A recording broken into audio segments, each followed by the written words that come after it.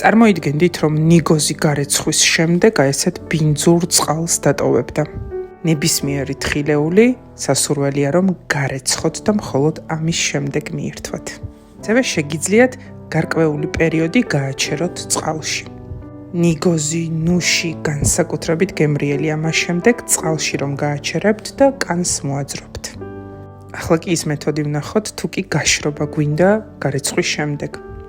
ავიღოთ ნებისმიერი დაფა და დავაფინოთ მასზე ხელსახოცი. ბაგის ეს საოცარი ხელსახოცები ყველა დიასახლის რომ უნდა გქონდეს, ხომ იცით? ამის გარეშე ვერც წარმომიდგენია სამზარეულოში ნებისმიერი რამის გაწმენდა. გადავანაწილოთ ზედაპირზე ნიგოზი და დაველოდოთ მის შეშრობას. თქვენ თუ რეცხავთ ხოლმე გამიზიარეთ.